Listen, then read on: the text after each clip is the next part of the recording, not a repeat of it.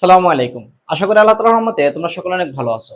তোমরা যারা 2025-26 শিক্ষাবর্ষে গুচ্ছ বিশ্ববিদ্যালয়ের সিনিয়র ভর্তি পরীক্ষা দিয়েছো, আজকের এই ভিডিওটি তাদের জন্য অনেক গুরুত্বপূর্ণ। আজকে আমি তোমাদের সাথে গুচ্ছ বিশ্ববিদ্যালয়ের সিনিয়রের আসন সংখ্যা এবং তোমার মেরিট অনুযায়ী তুমি কোন বিশ্ববিদ্যালয়ে কোন সাবজেক্ট পাবে এইটা নিয়ে ইনশাআল্লাহ আলোচনা করব। এবং লাস্ট পর্যন্ত এবছর কত মেরিটে চান্স হবে এই ভিডিওতে বলে দেওয়ার চেষ্টা করব। আর হ্যাঁ, যারা এখনো আমার ইউটিউব ম্যাজিশিয়ান চ্যানেলটা সাবস্ক্রাইব করো না, অবশ্যই সাবস্ক্রাইব করে রাখবে। তাহলে চলো এবছরের গুচ্ছ বিশ্ববিদ্যালয় সিনেটে লাস্ট পর্যন্ত কত পর্যন্ত চান্স হয় দেখে আসি। দেখো, তোমার গুচ্ছ বিশ্ববিদ্যালয় সিনেটের টোটাল বিশ্ববিদ্যালয় রয়েছে 20টি এবং মোট আবেদন পড়েছে 25,000 প্লাস এবং পরীক্ষা দিয়েছে 19,000 প্লাস। শতকরা পরীক্ষা দিয়েছে প্রায় 77% স্টুডেন্ট, মানে অনেক স্টুডেন্ট এখানে অনুপস্থিত ছিল। এবং তোমার মেরিট যদি প্রথম মেরিট তোমার প্রথম মেরিটে 1 থেকে 3,000-এর মধ্যে যে সকল স্টুডেন্ট রয়েছে, 1 থেকে 3,000-এর মধ্যে যে সকল স্টুডেন্ট রয়েছে তারা প্রথম মেরিটে ইনশাল্লাহ চান্স পাবে। এবং তারা এ ক্যাটাগরি ইউনিভার্সিটিতে রয়েছে গুচ্ছ বিশ্ববিদ্যালয়ের মধ্যে, যেমন ইসলামিক ইউনিভার্সিটি, তারপরে জাস্ট রয়েছে, তারপরে তোমার হাজি দানেশ তো এবছর নেই। এই সকল ইউনিভার্সিটিগুলো, এই সকল ইউনিভার্সিটি তোমার মেরিট যদি থাকে কি 1 থেকে 3,000-এর মধ্যে, তাহলে তুমি এই সকল ইউনিভার্সিটিতে ভালো সাবজেক্টে ইনশাল্লাহ প্রথম মেরিটে ভর্তি হতে পারবে, তোমার পজিশন যদি 1 থেকে 3,000-এর মধ্যে হয়ে থাকে।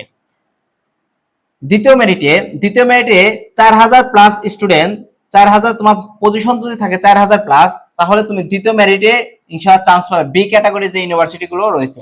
আর হ্যাঁ, অবশ্যই যে যত বেশি ইউনিভার্সিটিতে আবেদন করবে তার চান্স পাওয়ার সম্ভাবনা তত বেশি। তোমার মেরিট অনুযায়ী তোমার কোন কোন ইউনিভার্সিটিতে আবেদন করা দরকার ইনশাআল্লাহ লাস্টে আমি ভিডিওর শেষে বলে দিব। তারপরে দেখো, দ্বিতীয় মেরিটে তোমার তোমার পজিশন থাকে যদি 4,000 প্লাস, তুমি সি ক্যাটাগরি বি ক্যাটাগরি ইউনিভার্সিটিতে ইজিলি চান্স পেয়ে যাবে। এবং তৃতীয় মেরিটে তোমার পজিশন যদি থাকে 5,500 প্লাসের মধ্যে, তাহলে তুমি অবশ্যই সি ক্যাটাগরি ইউনিভার্সিটিতে ইনশাল্লাহ চান্স পেয়ে যাবে। তারপরে আসো, প্রত্যেক বছরই গুচ্ছ বিশ্ববিদ্যালয় গণবিজ্ঞপ্তি দিয়ে থাকে। তুমি যদি বিশ্ববিদ্যালয়গুলোতে আবেদন করে থাকো, তুমি সবগুলো বিশ্ববিদ্যালয়তে যদি তুমি আবেদন করে থাকো, তুমি তাহলে তুমি গণবিজ্ঞপ্তিতে যদি ওই বিশ্ববিদ্যালয়ে তোমার গণবিজ্ঞপ্তি দেয় তাহলে ভর্তির সুযোগ পাবে। তোমার যদি পজিশন থাকে 6,000 প্লাস, তাহলে তুমি নতুন যে বিশ্ববিদ্যালয় হয়েছে ওই বিশ্ববিদ্যালয়গুলোতে চান্স অবশ্যই তুমি চান্স পাবে। এখন কাদের তোমার বিশ্ববিদ্যালয়ে চয়েস দেওয়া উচিত? আমি মনে করি যাদের পজিশন আছে 5,000 থেকে 1 থেকে 6,000-এর মধ্যে, 1 থেকে 6,000-এর মধ্যে যাদের পজিশন আছে তাদের অবশ্যই বিশ্ববিদ্যালয়ের কি চয়েস দেওয়া উচিত, সাবজেক্ট চয়েস দেওয়া উচিত, কারণ তারা অবশ্যই সাবজেক্ট পাবে।